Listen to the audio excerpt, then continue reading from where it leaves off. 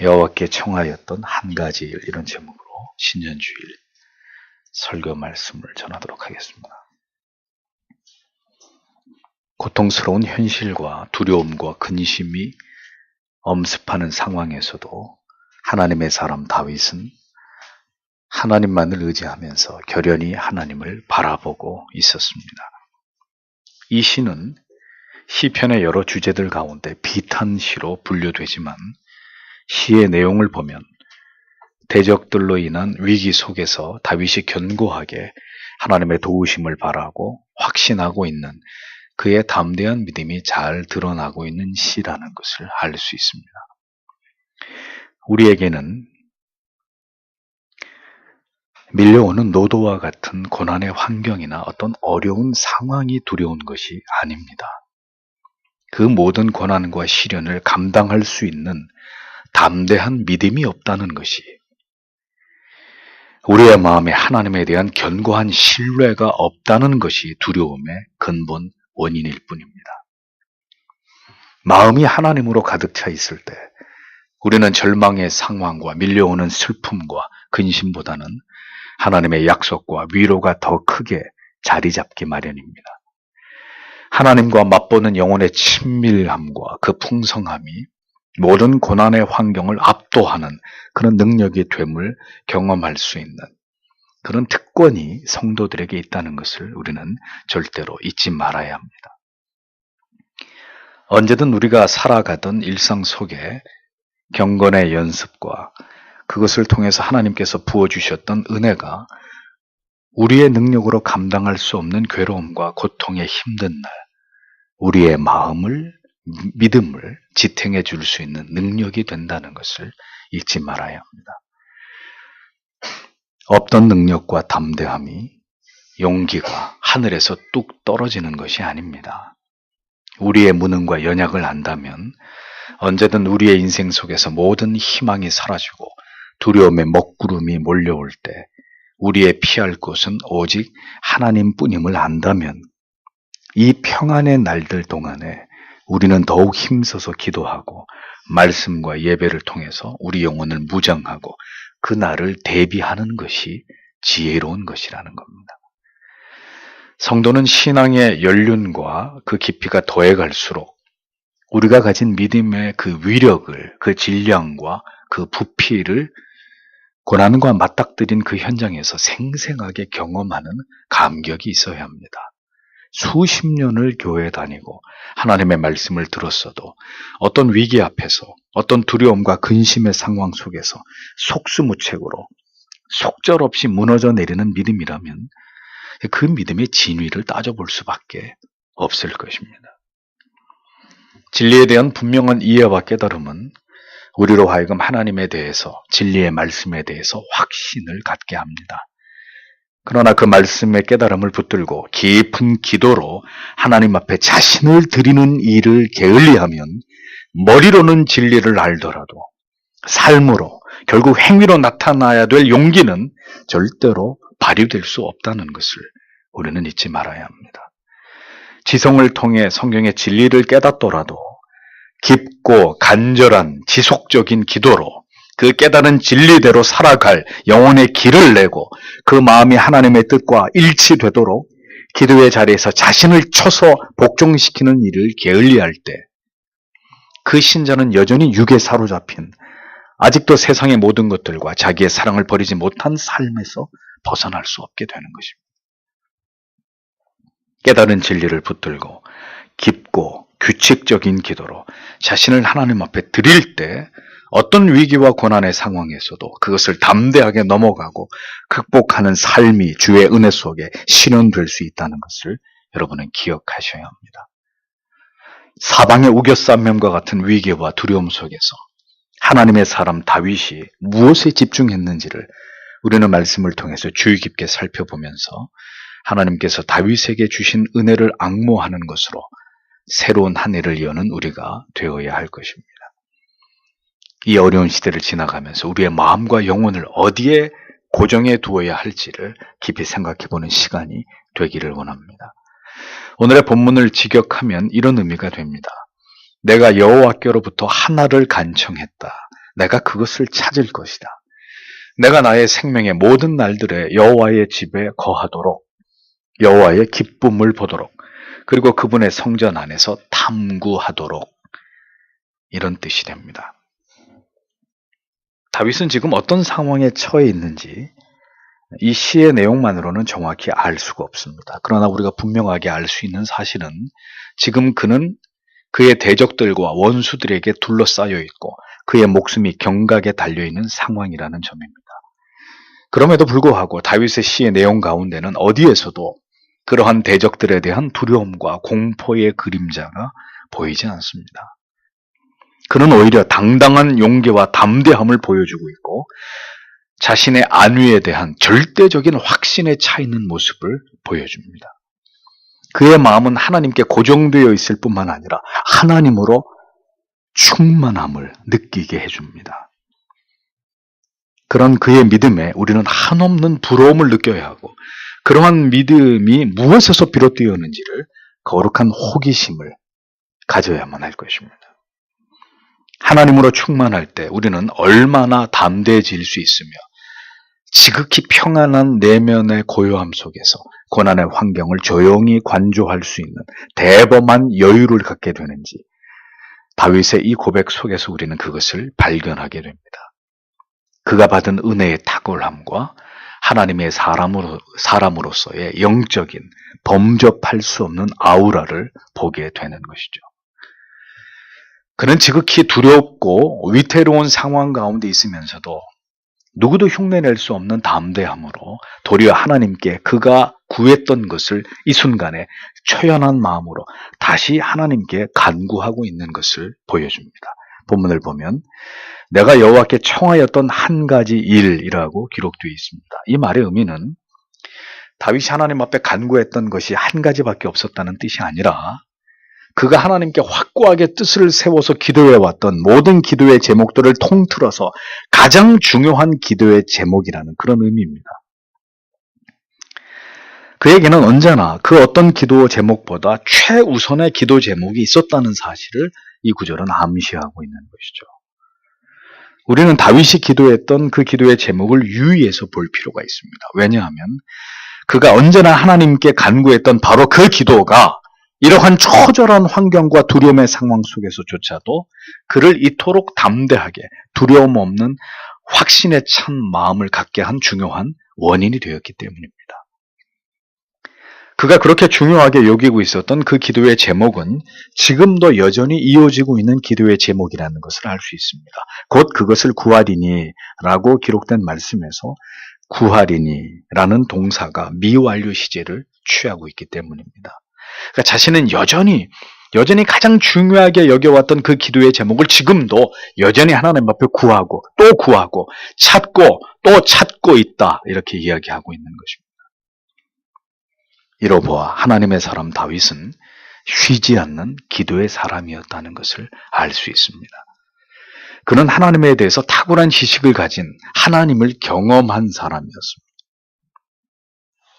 그가 그런 영적인 탁월함을 가진 자가 될 수 있었던 원인은 무엇보다 하나님에 대한 그의 경험적인 모든 지식과 그가 체험한 하나님의 은혜가 그를 기도의 사람으로 만들었기 때문입니다. 다윗은 기도의 세계가 주는 탁월함을 경험한 사람이었습니다. 그래서 그는 과거에도 그렇게 기도했고 지금도 계속 그렇게 기도하고 있는 사람인 것이죠. 기도 속에서 만나게 된 하나님의 은혜는 그를 더욱 기도에 매진하는 사람으로 이끌었습니다. 어떤 신자가 기도에 탁월한 힘을 쏟아붓는다면 그것은 그의 탁월함이 아닙니다. 그의 기도 속에서 그를 만나주신 하나님의 은혜의 탁월함 때문입니다. 신자는 기도의 사람이어야 합니다. 기도를 영혼의 호흡으로 여기는 사람이 되어야 합니다. 여러분 지금 숨을 쉬고 계십니까? 아니 제가 말하는 숨은 육체의 호흡이 아니라 영혼의 호흡을 물어보는 것입니다. 여러분 중에는 오래전에 영혼의 숨이 멎은 사람도 있을 것입니다.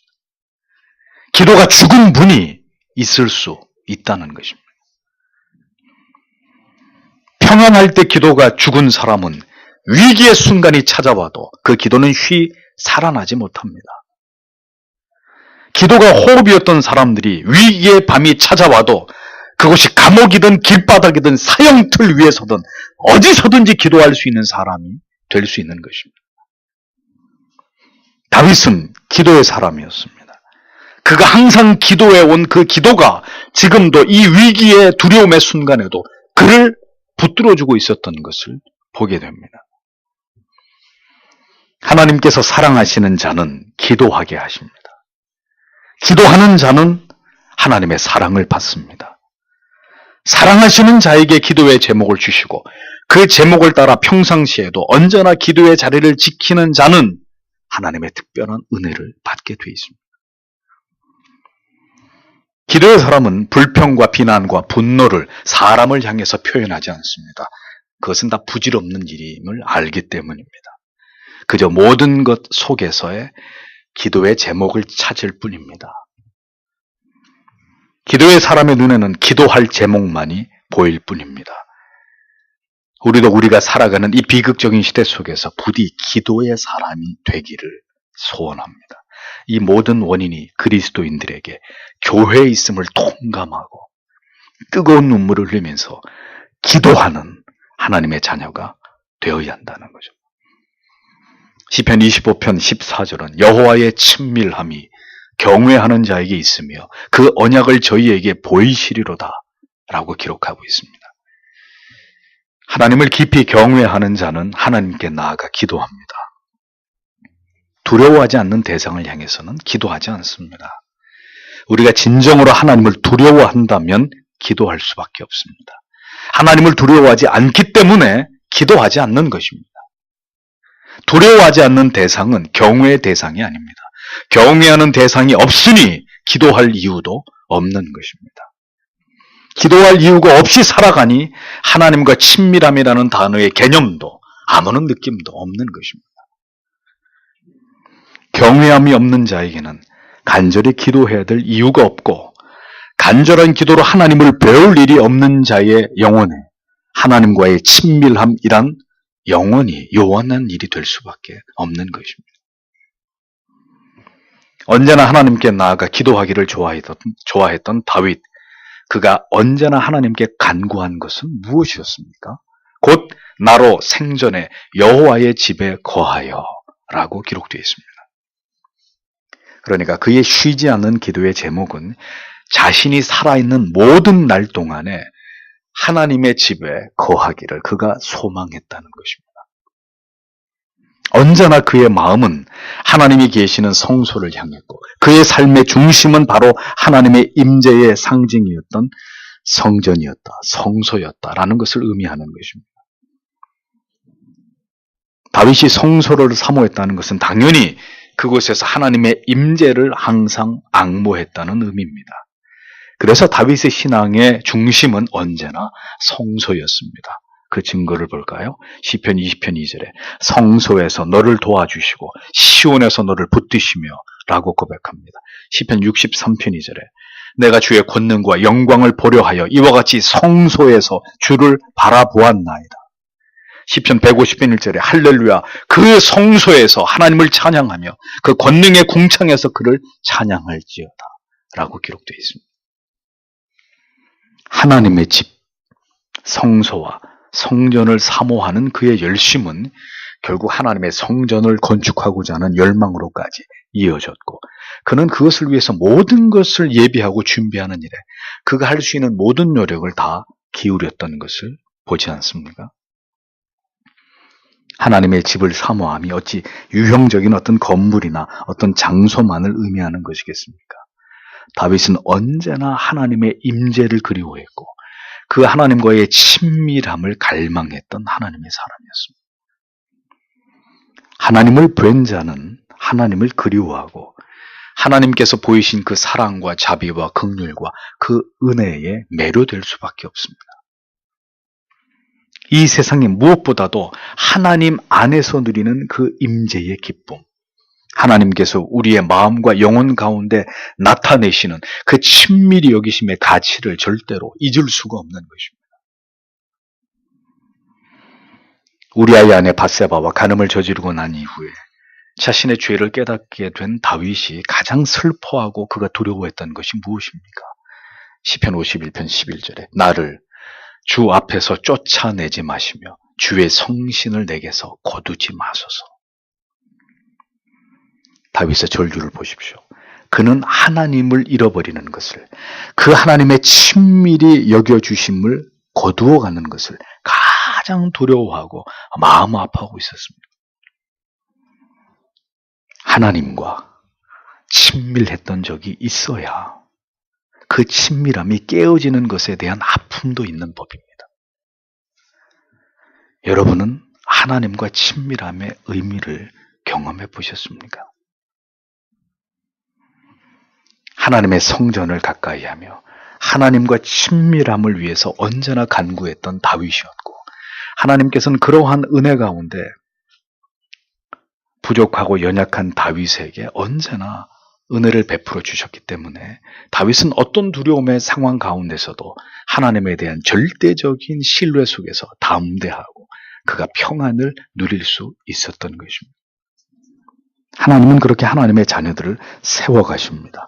하나님과의 친밀함의 가치를 깨닫게 하시고 경험하게 하시므로 인생 속에서 어떤 두려움과 위기의 상황 속에서도 결코 흔들림 없이 담대하게 하나님을 의지하여서 그 모든 일들을 이겨나가도록 우리를 만들어 가시는 분이십니다.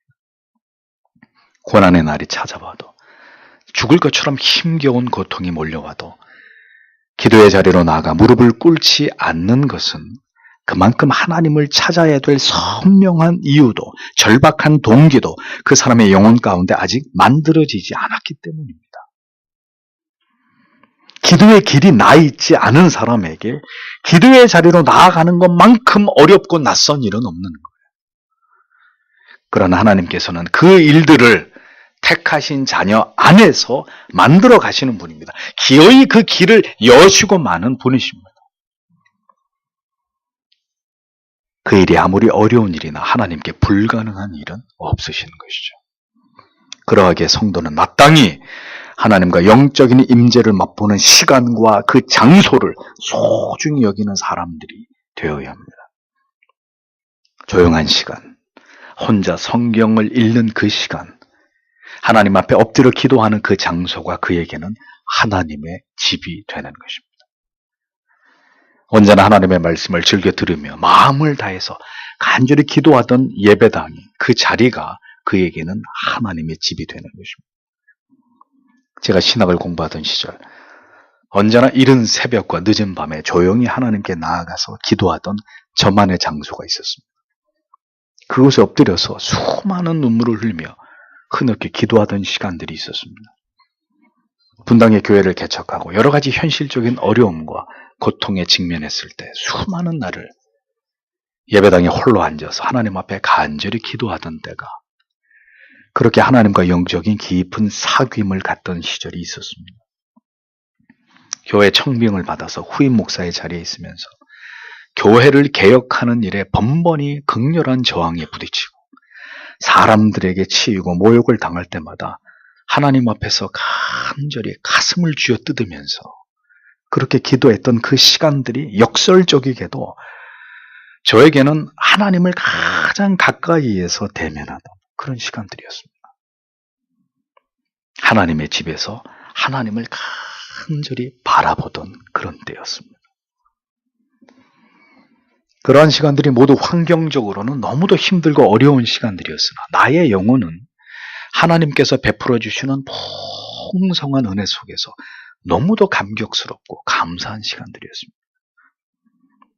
하나님의 집에서 그렇게 하나님을 배우면서 하나님께서 베풀어 주신 그 말로 다할 수 없는 은혜가 있었기 때문에 모든 두려움과 염려와 근심을 떨치면서 내가 걸어가야 될 그 길을 묵묵히 걸어갈 수 있었음을 여러분 앞에 고백하지 않을 수가 없습니다. 그 모든 시간 속에서 하나님께서 보여주신 이 버러지 같은 저를 향하신 지극한 친밀히 여기심이 저에게는 무엇과도 바꿀 수 없는 힘과 용기와 위로가 되었습니다. 다윗이 살아있는 모든 날들 동안에 왜 그토록 여호와의 집에 거하는 것을 그렇게 연모하고 앙망했는지 충분히 느낄 수 있고 공감할 수 있는 부분입니다. 모든 희망이 사라지고 두려움이 엄습할 때 신자를 굳건하게 붙들어주는 것은 그 무엇도 아닙니다.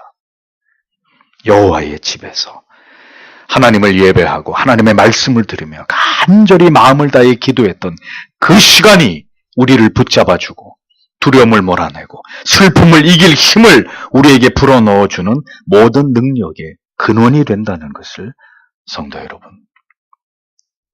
기억하셔야 합니다.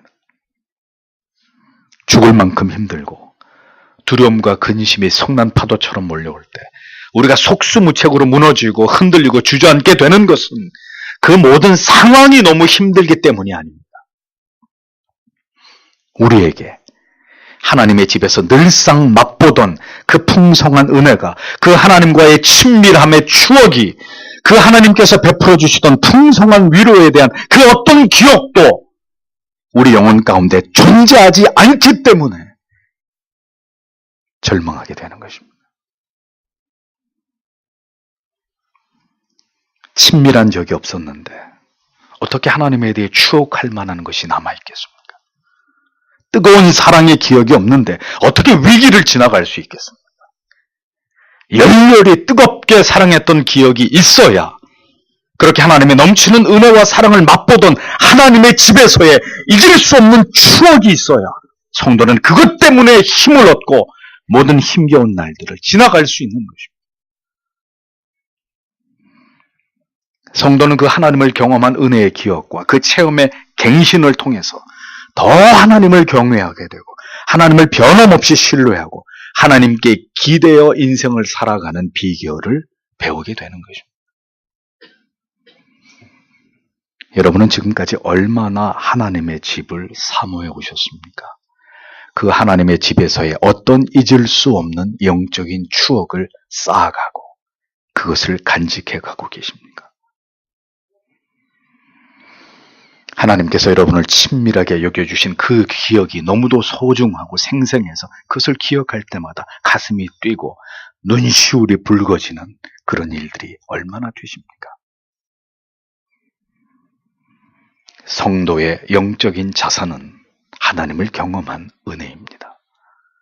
그 은혜가 깊고 풍성한 사람일수록에 그 은혜의 지배에서 좀처럼 벗어날 수 없고 하나님 외에 그 무엇도 의지할 마음을 먹지 않을 수 있는 것입니다. 인생이 가장 어렵고 힘든 때 하나님을 더 깊이 만나지 못하면 우리가 언제 어떤 기회 속에서 하나님을 인격적으로 깊이 만날 수 있단 말입니다. 그러므로 지금 가장 힘들고 어려운 시간을 지나가고 있는 성도님들은 하나님의 집을 내 집처럼 여기면서 언제나 기도와 말씀을 소중하게 여기시고 교회에서 하나님을 예배하고 말씀을 듣는 시간을 하나님을 깊이 경험할 수 있는 생애적인 절호의 기회로 여겨야 될 것입니다. 그 귀중한 시간들이 마침내 우리에게 닥칠 더 어렵고 더 큰 고난 앞에서조차도 조금도 흔들림이 없는 견고한 믿음으로 하나님이 원하시는 그 길을 걸어가게 하는 능력이 될 것이기 때문입니다. 여호와의 집에 거하기를 앙망했던 다윗은 그 하나님의 집에서 무엇을 사모했느냐? 여호와의 아름다움을 앙망하며 이렇게 기록되어 있습니다. 여기서 아름다움이라고 번역된 히브리 원어의 의미는 기뻐하다라는 동사에서 유래한 말로 기쁨, 유쾌, 아름다움, 매력, 사랑스러움, 선함 등의 다양한 의미를 담고 있습니다. 또 앙망하다라는 동사 역시 주시하다, 바라보다 등의 의미로 사용이 됩니다. 근데 여기서 바라본다라는 의미는 그냥 아무런 느낌 없이 이렇게 바라보는, 아무런 느낌 없이 시선을 두는 것이 아니라 마치 사랑하는 연인을 바라보듯이 지극한 사랑의 눈빛으로 그를 향해서 무엇도 아낌없는 마음으로 오직 그 대상만을 뚫어져라 바라보는 것을 뜻합니다. 다윗이 언제나 마음속으로 간절히 앙망했던 것은 하나님의 성전에서 그 하나님의 아름다우신 성품을, 그 선하심과 자비하심과 인자하심과 그 사랑과 그 의로우심을 그가 언제나 바라보고 묵상하고 그 하나님께로부터 말미암은 은혜를 그가 언제나 사랑했다는 것을 알 수 있습니다. 다윗이 그토록 좋아하고 사모하고 간절히 마음을 다해 찾고자 했던 것은 하나님의 집에서 하나님을 배우는 것이었습니다. 하나님의 아름다우심을 깊이 묵상하면서 하나님께서 기뻐하심이 무엇인지를 알고자 그 마음을 하나님께 기울이는 것이었습니다. 다윗의 시들 속에는 이렇게 하나님만을 바라는 그의 고백이 절절히 담겨있는 부분들이 많이 있습니다. 시편 86편 4절 주여 내 영혼이 주를 우러러 보오니 주여 내 영혼을 기쁘게 하소서. 시편 130편 6절 파수꾼이 아침을 기다림보다 내 영혼이 주를 더 기다리나니 참으로 파수꾼의 아침을 기다림보다 더하도다. 시편 143편 6절 주를 향하여 손을 펴고 내 영혼이 마른 땅같이 주를 사모하나이다. 사랑에 빠진 사람들은 자신이 사랑하는 대상에 대한 모든 것을 알고 싶어합니다. 우리를 사랑하시는 하나님께서는 그래서 우리의 모든 것을 다 알고 계십니다. 내가 모르는 나까지. 우리가 모태로부터 조성되기 전부터 우리를 알고 계셨고 우리의 이름을 하나님의 손바닥에 새기셨고 우리의 머리카락까지 다 세고 계시는 하나님이십니다. 우리의 작은 신음소리까지 다 듣고 계시고 우리의 앉고 일어서는 것까지를 다 알고 계시는 아버지십니다. 그런데 문제는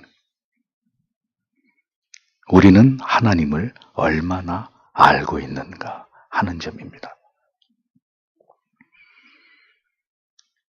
우리를 향하신 하나님의 그 사랑과 그 자비하심, 그 긍휼히 여기심 때문에 죄인을 향한 한없는 하나님의 인내와 그 하나님의 자비하심 때문에 감격의 눈물을 흘려본 적이 언제입니까? 언제나 우리의 연약함을 아시고 오래 기다려주시고 넘어져도 다시 일어설 힘을 주시고 가장 고독하고 지칠 때 다가와 손 내밀어 주시는 그 하나님으로 인해서 가슴이 시리도록 감동해 본 일이 여러분에겐 있으십니까? 여러분의 하나님은 어떤 분이십니까? 그저 관념 속의 하나님, 어려서부터 귀에 딱지가 않도록 들은 그냥 지식적인 하나님이 전부는 아니십니까? 아니, 하나님에 대해서 진지하게 알고자 한 적이 있는지 여러분 자신에게 정직하게 질문해 보십시오. 그 하나님의 아름다우심에 대해서 깊이 알고 깨닫고 경험하면서 하나님과 더 친밀해지고자 하는, 하나님과 깊이 사랑에 빠지고자 하는 그런 열망이 우리에게 있었는지를 우리 자신에게 진실되게 물어볼 필요가 있는 것입니다. 여러분은 누구와 있을 때 가장 행복하십니까? 친구들입니까? 친구들하고 술을 먹는 자리입니까? 다윗은 시편 19편 9절에서 10절에서 이렇게 고백합니다. 여호와를 경외하는 도는 정결하여 영원까지 이르고 여호와의 규례는 확실하여 다 의로우니 곧 금 많은 정금보다 더 사모할 것이며 꿀과 송이 꿀보다 더 달도다. 다윗의 고백입니다. 다윗이 하나님을 깊이 경험했던 수단과 도구는 무엇이었습니까? 하나님의 말씀이었습니다. 그는 온 마음을 다해서 하나님의 말씀을 사모했습니다. 그 결과 하나님의 말씀이 가장 진귀한 값비싼 정금보다 더 값어치 나는 것이고, 그리고 그가 먹어본 어떤 음식보다도 더 단, 꿀보다도, 송이 꿀보다도 더 달다고 하나님의 말씀에 대한 자기의 느낌을 그렇게 정의합니다. 이는 그가 하나님의 말씀을 그의 영혼 가운데 얼마나 귀하고 달게 여겼는지를 알 수 있는 단편적인 고백입니다. 그가 하나님의 말씀을 통해서 얼마나 큰 유익을 누렸는지를 짐작하게 하는 말씀입니다. 다윗은 그렇게 하나님의 말씀 속에서, 말씀을 통해서 하나님과 깊은 친밀함을 누렸습니다. 하나님과의 친밀함이란 하나님의 마음을 헤아림을 뜻하는 것입니다. 친밀함이라는 게 무엇입니까? 매우 가까움을 뜻하는 말이죠. 가깝다는 것은 무엇입니까? 서로의 마음과 감정을 읽어낼 수 있는 그런 사이를 의미하는 거죠. 가깝지 않은 사람에게는 10마디, 20마디, 100마디를 해서 나에 대해서, 내 감정에 대해서 말해주고 설명해 주어야 되지만 친밀한 사이는 한두 마디면, 어떤 경우에는 눈빛만 봐도, 그의 표정만 봐도 그 사람의 마음과 감정을 알아차릴 수 있는 그런 사이를 뜻하지 않습니까? 하나님의 말씀을 그토록 사모하고 가까이 했던 다윗이기에 그는 하나님께서 무엇을 좋아하시고 무엇을 미워하시고 싫어하시는지를 알 수 있었던 것입니다. 그의 많은 시들은 그 하나님의 마음을 정확하게 읽어낸 표현들로 흘러넘치고 있습니다. 하나님과 친밀한 자만이 하나님을 어떻게 찬양해야 될지를 아는 것입니다. 그 다윗의 찬양은, 이 시편은 지금까지 하나님을 찬양하고 경외하는 찬송의 교본이 되고 있다는 것을 우리가 알고 있지 않습니까? 신앙의 주제는 나의 안위와 평안이 아닙니다. 내가 잘 되는 것이 신앙의 궁극의 목적이 아닙니다. 신앙의 주제는 하나님입니다. 진리의 말씀 속에서 그 진리를 깨닫게 하시는 성령을 통해서 하나님을 깊이 만나고 경험하는 것입니다. 하나님께서 어떤 분이신지를 알아가는 것이 모든 신자들의 평생의 신앙의 주제이고 핵심입니다. 하나님을 알고자 하는 간절함으로 성경을 통해서 자신을 계시해 주신 그 하나님을 인격적으로 경험해 나아가는 것, 이것이 모든 성도님들이 추구해야 될 본분이라는 것을 우리는 잊어서는 안 됩니다. 하나님을 아는 것은, 하나님과 친밀해지는 것은 열심히 교회를 다닌 연수와 신앙의 연륜으로 저절로 형성되는 것이 아닙니다. 그 이상의 무엇인가에 진지한 노력이 수반되어야 합니다. 그게 무엇이냐? 그 전에서 사모하게 하실 것이라 라고 기록되어 있습니다. 여기서 한글로 사모하다라고 번역된 히브리 원어의 의미는 약간 다릅니다. 찾아내다, 탐색하다, 조사하다, 이런 뜻입니다.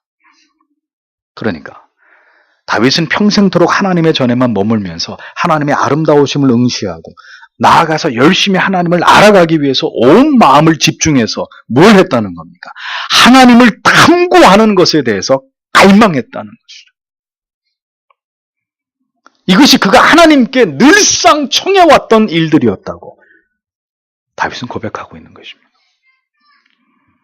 온통 하나님에 대해서 알고 깨닫고 배워 나아가는 것이 그 자신이 이 세상을 살아가는 모든 생애 속에서 가장 중요하게 여겼던, 가장 간절히 바랬던 소원이었다는 것. 우리에게 주신 또 한 해는, 우리에게 허락하신 또 하루는 다윗처럼 변함없이 우리의 존재의 근원이 되시는 여호와를 힘써 알고 하나님을 간절히 찾기 위해서 모두 사용되어져야 될 귀중한 시간들이라는 것을 우리는 기억해야 합니다. 성도 여러분, 평일날 스마트폰을 보시는 것도 모자라가지고 주일날 교회까지 오셔서 그걸 쳐다보면서 그걸 가지고 게임을 하고, 목사로서 그런 여러분들의 모습을 보면 억장이 무너집니다. 도대체 우리에게 하나님의 말씀에 대한 사모함이 있는지, 교회 짜투리 시간조차도 하나님의 성경 말씀을 보는 그런 열심이 없다면 그 평상시에 우리의 삶이 어떻겠습니까? 그 안 봐도 훤히 알 수 있는 내용이죠.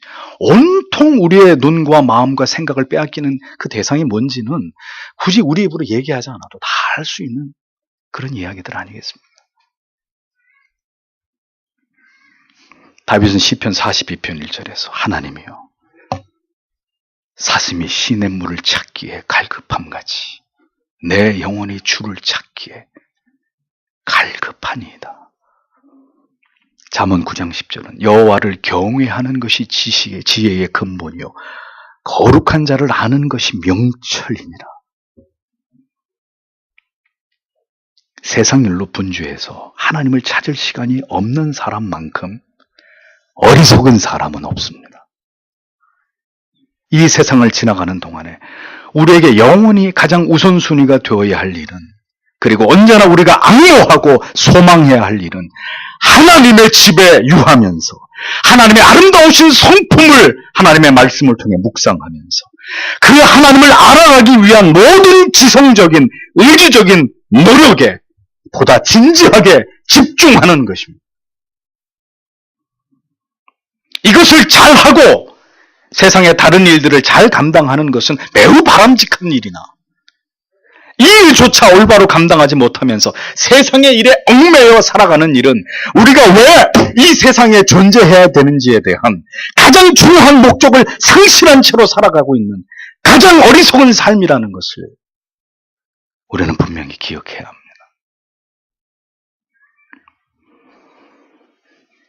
너희는 먼저 그의 나라와 그의 의를 구하라. 그리하면 이 모든 것을 너희에게 더하시리라라고 말씀하신 주님의 약속 또한 이와 같은 맥락에서 모든 하나님의 자녀들이 추구해야 될 가장 본질적인 그것이 무엇인지를 말씀하는 것임을 잊지 말아야 합니다.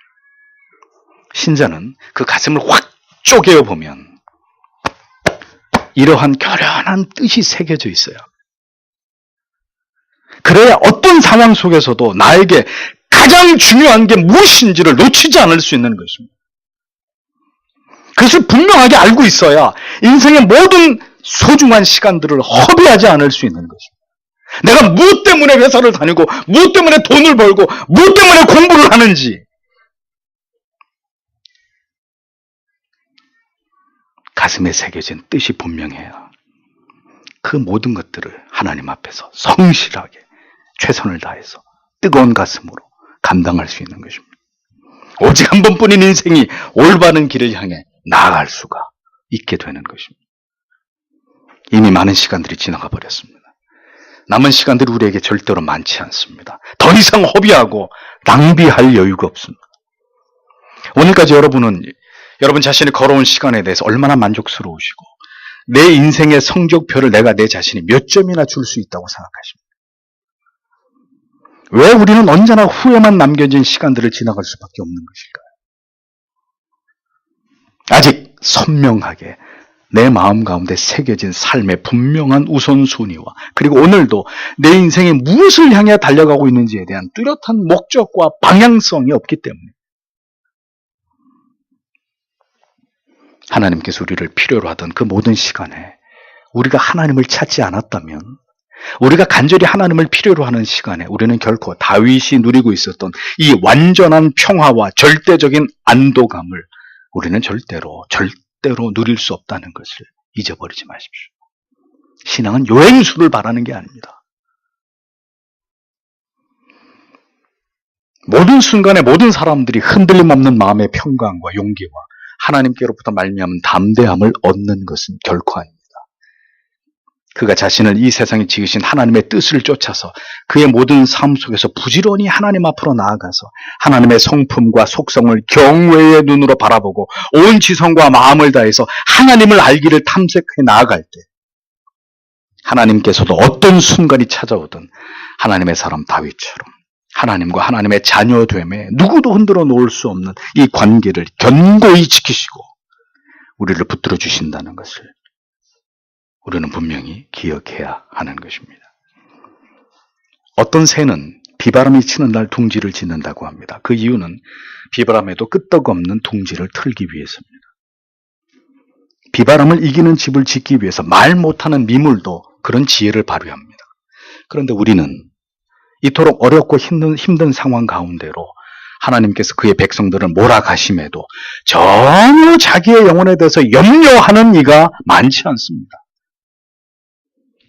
둥지를 점점 허물어 가는 것은 이제 날아야 될 시간이 다가온다는 어미새의 사인인 것을 새끼들이 알지 못한다면 그 새끼들은 결코 창공을 무대로 마음껏 하늘을 비상하면서 날아다니는 독수리가 될 수 없듯이 성도는 이 시대 속에서 하나님께서 행하시는 그 모든 불안하고 두려운 일들을 바라보면서 교회를 향한, 신자를 향한 하나님의 뜻을 읽어낼 수 있어야 합니다.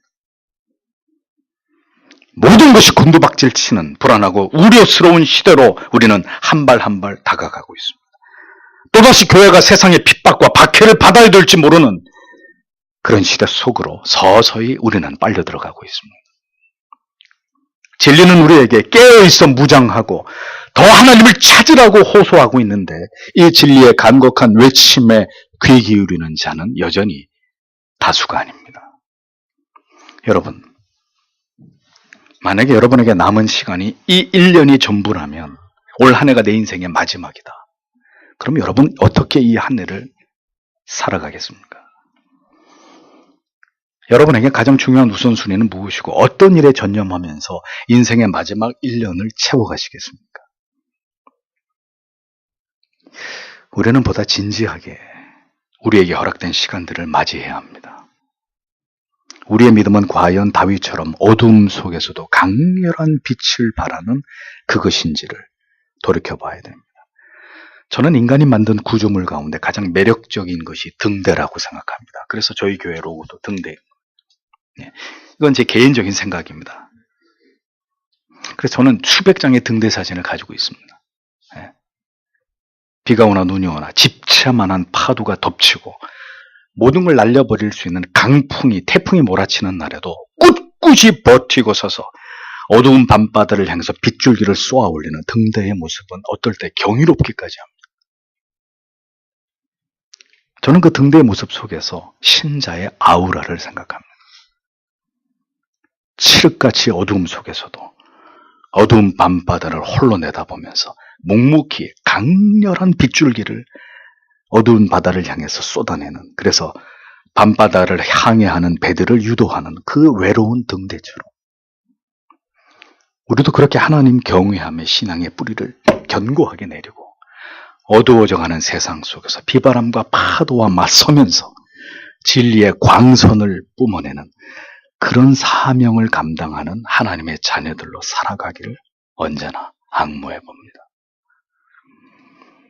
우리와 우리의 자녀들이 과연 그 사명을 지켜낼 수 있을지 우려스럽고 염려가 되신다면